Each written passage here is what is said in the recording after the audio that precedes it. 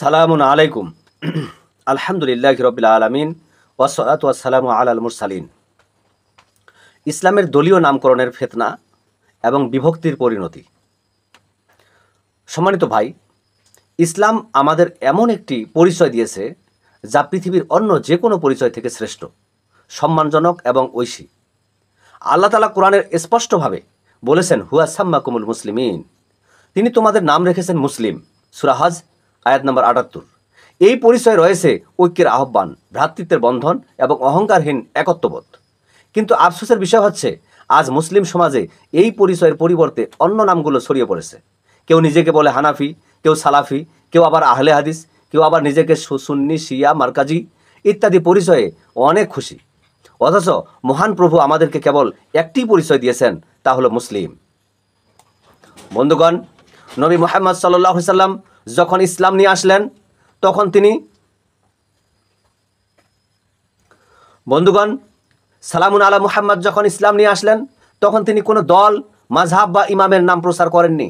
তিনি বলেননি আমি হানাফি, আমি সালাফি কিংবা আমি আহলে হাদিস, বরং তিনি সোজাসুজি বললেন আমি মুসলিম। তার সাহাবাগণও এভাবেই নিজেদের পরিচয় দিয়েছেন।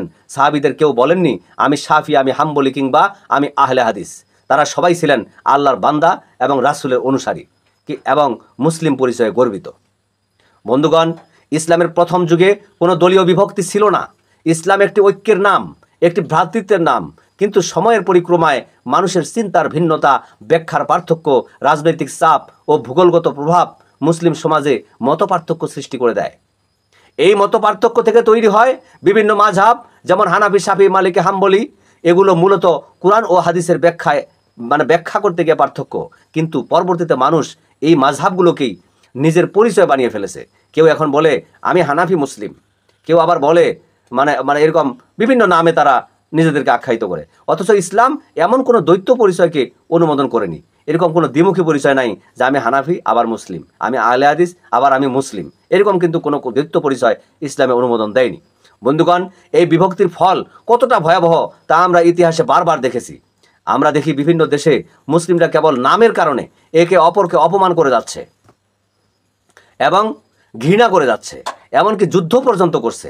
আজও অনেকে বলে তুমি হানাফি হলে আমাদের মসজিদে ইমামতি করতে পারবে না, তুমি সালাফি হলে আমার জানাজায় আসিও না। এসব দৃষ্টান্ত এই কথা প্রমাণ করে যে দলীয় নামকরণ ইসলামে এক চরম ফিতনা ও বিভাজনের সূচনা করে দিয়েছে। বন্ধুগণ, আল্লাহ সুবহানাহু ওয়া তাআলা কোরআনে কঠোরভাবে সতর্ক করেছেন, ওয়ালা তাকুনু মিনাল মুশরিকিন, তোমরা মুশরিকদের মতো হয়ো না। মিনাল্লাযিনা ফাররাকু দীনাহুম ওয়া কানু শিয়া, তো তোমরা ওই তাদের মতো হয়ো না যারা দিনকে বিভক্ত করেছে এবং দলে দলে ভাগ হয়ে গেছে। তারা আসলে মুশরিকদের মধ্যে পরিগণিত হয়। সূরা রুম 30 নম্বর সূরার 31 এবং 32 নম্বর আয়াত। এই আয়াতে আল্লাহ সুবহানাহু ওয়া তাআলা এমন লোকদেরকে মুশরিকদের সাদৃশ্য দিয়েছেন যারা দিনকে ভাগ করে দিচ্ছে। অর্থাৎ দিনের মধ্যে, ইসলামের মধ্যে যারা দল তৈরি করতেছে, দল করে দিয়েছে এবং দলীয় পরিচয় দিচ্ছে, এদেরকে আল্লাহ সুবহানাহু ওয়া তাআলা মুশরিক বলে আখ্যায়িত করেছেন। এটা কি কম সতর্কবার্তা? দলীয় নাম, বিভক্ত দল, এসব আল্লাহর কাছে কতটা অপছন্দনীয় তা এই আয়াত থেকেই স্পষ্ট।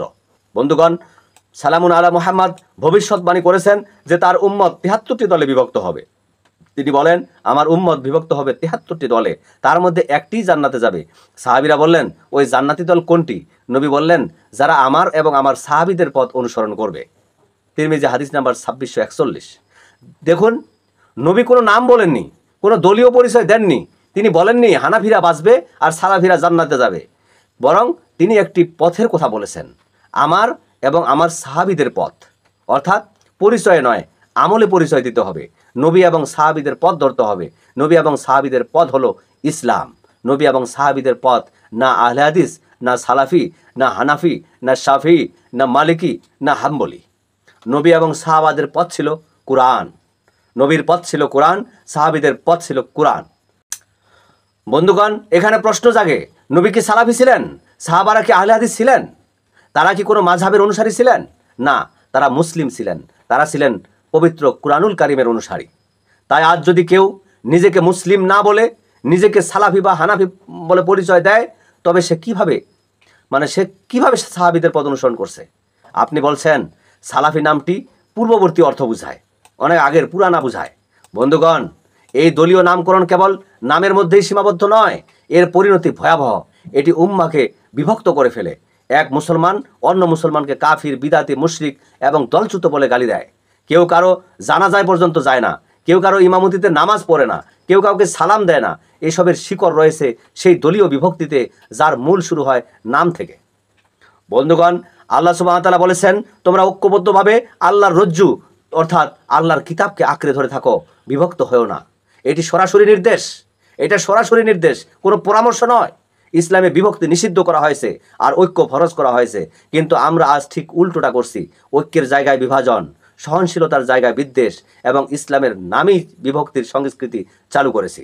বন্ধুগণ, ইসলামের দৃষ্টিতে হকপন্থী হওয়ার মানদণ্ড কোনো দল নয়, বরং কোরআনের উপর কোরআনেরও উপর প্রতিষ্ঠিত জীবন ব্যবস্থা।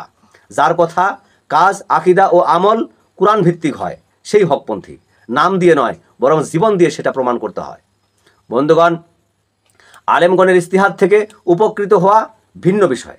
আপনি ইস্তিহাদ থেকে, আপনি ফেকা থেকে আপনি উপকৃত হচ্ছেন, আপনি মাসালা নিচ্ছেন, উপকৃত হচ্ছেন, এটা ভিন্ন বিষয়। ফেকা বোঝার জন্য ইমাম আবু হানিফা, ইমাম মালিক, ইমাম শাফি, ইমাম আহমদ বিন হাম্বল, তাদের ব্যাখ্যা নেওয়া, তাদের সম্মান করতে কোনো বাধা নেই। কিন্তু তাদের নামকে নিজের পরিচয় বানিয়ে বিভেদ সৃষ্টি করা ইসলামের মূল শিক্ষার সঙ্গে সাংঘর্ষিক। বন্ধুগণ, একজন প্রকৃত মুসলিমের পরিচয় এই যে সে সত্যকে গ্রহণ করে, তা যেই বলুক না কেন। আল্লাহ সুবহানাহু ওয়া তাআলা বলেছেন যে তারা বাক্য শোনে এবং তার মধ্য থেকে উত্তমটিকে গ্রহণ করে। সূরা জুমার আয়াত 18। এটাই এক মুসলমানের বৈশিষ্ট্য। সে দল দেখে না, দলিল দেখে। সে নাম দেখে না, সত্য দেখে। বন্ধুগণ, বর্তমানে অনেক মানুষ এমন মানসিকতা পোষণ করে, আমি হানাফি তাই আহলে হাদিসের কিছুই শুনবো না, বা আমি সালাফি তাই অন্য মাযহাব মানি না। এই মানসিকতা ইসলামের ঐক্যকে চূর্ণ করে দিয়েছে। ইসলাম কোনো দলকে নয়, সত্যকে অনুসরণ করার শিক্ষা দেয়। মেপে দেখো কোরআন দিয়ে, ওজনে মিললে গ্রহণ করো, আর না মিললে ছুঁড়ে ফেলে দাও। বন্ধুগণ, আসুন আমরা নিজেদের মধ্যে এই বিভাজন, দলাদলি এবং লেবেলিং এর কুপ্রথা, এটার কুপ্রথা থেকে আমরা বের হয়ে আসি। নিজেদেরকে পরিচয় দেই শুধুই মুসলিম। মাযহাবের ব্যাখ্যা শুনুন, কিন্তু তাকে ঈমানের শর্ত বানাবেন না। বন্ধুগণ, এমন এক সমাজ গড়ুন যেখানে মুসলমানদের মধ্যে হানাহানি থাকবে না, সালাম বিনিময় বন্ধ থাকবে না, নামাজে কাঁধে কাঁধ মিলবে, নামে নয় অধিকার আকীদায় ঐক্য হবে। আল্লাহর সন্তুষ্টি অর্জন হোক আমাদের লক্ষ্য, আর রাসূলের পথ হোক আমাদের দিক নির্দেশনা। বন্ধুগণ, আমাদের মুসলিম উম্মার মধ্যে বিভক্তির পরিণাম কতটা ভয়াবহ ছিল তা বুঝতে হলে আমাদের চোখ রাখতে হবে অতীতের দিকে, যখন শিয়া সুন্নি বিভক্তি মুসলিম শক্তিকে দুর্বল করেছিল, যখন এক মুসলমান অপর মুসলমানের বিরুদ্ধে যুদ্ধ করেছে কেবল নামের বিভক্তিতে। বন্ধুগণ, আন্দালুসে মুসলমানদের পতনের বড় কারণ ছিল দলাদলি, মাযহাবী বিদ্বেষ ও একে অপরকে অবিশ্বাস করা। তুরস্কে উসমানী খেলাফতের পতনের ক্ষেত্রেও অভ্যন্তরীণ মতবিরোধ, দলীয় স্বার্থ এবং মাযহাবী শ্রেষ্ঠত্বের অহংকার ভূমিকা রেখেছে সবচেয়ে বেশি। এরপরেও আমরা শিখিনি, বরং সেই ফাঁদে বারবার পা দিচ্ছি। বন্ধুগণ, আজও এই উম্মা বিভক্ত, যেখানে এক হানাফি অপর মাযহাবকে তুচ্ছ করে, এক সালাফি অন্যদের বিদাতি বলায় ব্যস্ত, একজন শিয়া সুন্নিদের কাফির মনে করে, আর সুন্নিরা শিয়াদের সাথে কথা বলতেও দ্বিধা করে। এক মসজিদের মুসলমান অন্য মসজিদে নামাজ পড়তে চায় না। এটা কি রাসূল সাল্লাল্লাহু আলাইহি সাল্লামের উম্মতের চিত্র? এটা সালামুন আলা মুহাম্মাদের উম্মতের চিত্র? এটা কি তাদের বৈশিষ্ট্য? বন্ধুগণ, দোলাদলি কেবল আধ্যাত্মিক বা ধর্মীয় ক্ষতির কারণ নয়, বরং এর রাজনৈতিক ও সামাজিক ক্ষতিও ভয়াবহ। একটি বিভক্ত উম্মা কখনোই বিশ্বের নেতৃত্ব দিতে পারে না। মহান আল্লাহ সুবহানাহু ওয়া তাআলা বলেছেন, তোমরা বিবাদে জড়িও না, তা না হলে তোমরা ব্যর্থ হয়ে যাবে এবং তোমাদের শক্তি চলে যাবে। সূরা আনফাল আয়াত 46। বন্ধুগণ, আমরা কি ব্যর্থ হয়ে যাইনি? আজ বিশ্বের প্রায় প্রতিটি কোণে মুসলমানরা নির্যাতিত, কখনো ফিলিস্তিনে, কখনো চীনের সিনজিয়াং, কখনো আবার কাশ্মীরে, কখনো আবার রোহিঙ্গা মুসলিমদের মাঝে। এর পেছনে কেবল বাহ্যিক শত্রু নয়, আমাদের অভ্যন্তরীণ বিভক্তিও অন্যতম কারণ। বন্ধুগণ, তাহলে সমাধান কোথায়? সমাধান একটাই, ফিরে যেতে হবে ইসলামের মূল পরিচয়ে, সেই পরিচয় যা আল্লাহ নিজেই দিয়েছেন, মুসলিম। মাযহাব সম্মান করা যাবে, আলেমদের মত গ্রহণ করা যাবে, তবে পরিচয়ে বিভাজন সৃষ্টি করা যাবে না। কোরআনের সাথে মিলিয়ে দেখতে হবে। বন্ধুগণ, আসুন কিছু বাস্তব উদাহরণ দেখি। এমন বহু পরিবার রয়েছে যেখানে বাবা হানাফি, ছেলে সালাফি, যার কারণে ঘরেই বিভেদ। এক ভাই আহলে হাদিস, অন্য ভাই তাবলিগ, ফলে ঘরেই দ্বন্দ্ব। কোথায় গেল ইসলামের ভ্রাতৃত্ব? যেখানে কোরআন বলছে ইন্নামাল মুমিনুনা ইখওয়া, নিশ্চয়ই মুসলমানরা একে অপরের ভাই। সূরা হুজুরাত আয়াত 10। বন্ধুগণ, আমরা মুসলিম হয়েও নিজেদেরকে নিজেদেরকে গোরা হানাফি, কট্টর সালাফি, চূড়ান্ত আহলে হাদিস বানিয়ে একে অপরকে অপমান করছি, গালি দিচ্ছি, কুফরি পর্যন্ত বলে দিচ্ছি, কাফের পর্যন্ত বলে দিচ্ছি। অথচ কোরআন ও হাদিস অনুসরণকারী সকলেই যদি মূল বিশ্বাসে একমত হয়, আল্লাহর কিতাবে যদি একমত হয়, আল্লাহর একত্ব, রাসূলের নবুয়ত, কোরআনের প্রামাণ্যতা এবং কিয়ামতের বিশ্বাস, তবে তারা সবাই ভাই ভাই হয়ে যাবে। বন্ধুগণ, ইমাম মালিক রহিমাহুল্লাহ একবার বলেছিলেন, সব মানুষ আমার কথা মানবে এমন দাবি আমি করি না, কিন্তু কেউ আমার কথার বিপরীতে সহিহ হাদিস পেলে সে যেন সেই হাদিস অনুসরণ করে। এই ছিল আলেমদের বিনয়। আজ মানুষ ইমামের চেয়েও বড় হয়ে গেছে, কারো কথা শুনতেই চায় না, নিজ দল বা মাযহাব ব্যতীত সব কিছু বাতিল বলে মনে করে। এটা কোরআন সুন্নাহর শিক্ষা নয়। বন্ধুগণ, আমরা মুসলিম হয়েও নিজেদেরকে গোরা হানাফি, কট্টর সালাফি, চূড়ান্ত আহলে হাদিস বানিয়ে একে অপরকে অপমান করছি, গালি দিচ্ছি পর্যন্ত, এবং কাফের পর্যন্ত বলে দিচ্ছি। অথচ কোরআন ও হাদিস অনুসরণকারী সকলেই যদি মূল বিশ্বাসে একমত হয়, আল্লাহর একত্ব, রসুলের নবুয়ত, কোরআনের প্রামাণ্যতা, কিয়ামতের বিশ্বাস, তবে তারা সবাই ভাই ভাই হয়ে যাবে। বন্ধুগণ, ইমাম মালিক রহিমাহুল্লাহ একবার বলেছিলেন, সব মানুষ আমার কথা মানবে এমন দাবি আমি করি না, কিন্তু কেউ আমার কথার বিপরীতে সহিহ হাদিস পেলে সে যেন সেই হাদিস অনুসরণ করে। এই ছিল আলেমদের বিনয়। আজ মানুষ ইমামের চেয়েও বড় হয়ে গেছে, কারো কথা শুনতেই চায় না, নিজ দল বা মাযহাব ব্যতীত সব কিছুই বাতিল মনে করে। এটা কোরআন সুন্নাহর শিক্ষা নয়। বন্ধুগণ, সালামুন আলা মুহাম্মাদের সময় কোনো দল ছিল না, সাহাবীদের মধ্যে পারস্পরিক মতভেদ ছিল, কিন্তু সেটা ছিল শ্রদ্ধাবোধ ও একত্ববোধের সাথে।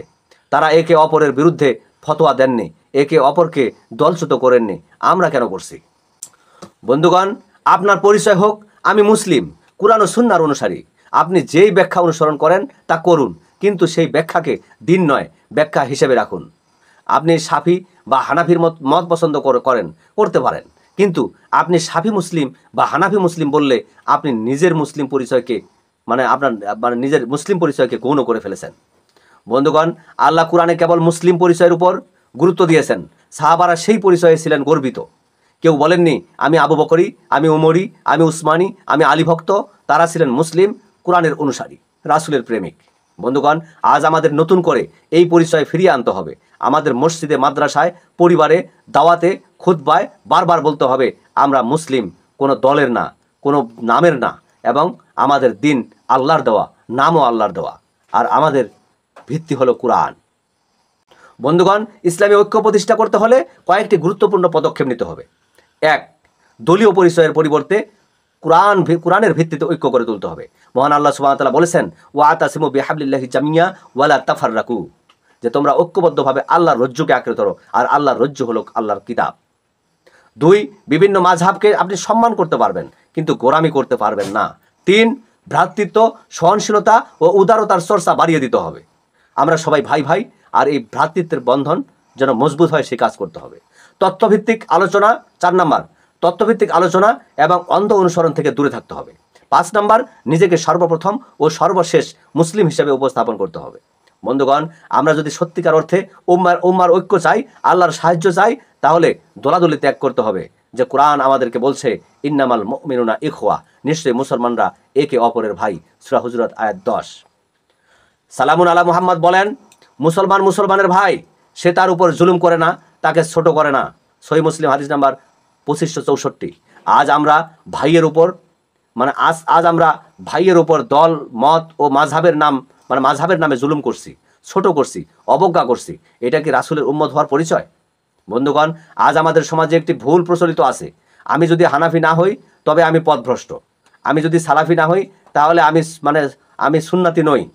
অথচ ইসলামের দৃষ্টিতে সত্যের মানদণ্ড হচ্ছে কোরআন।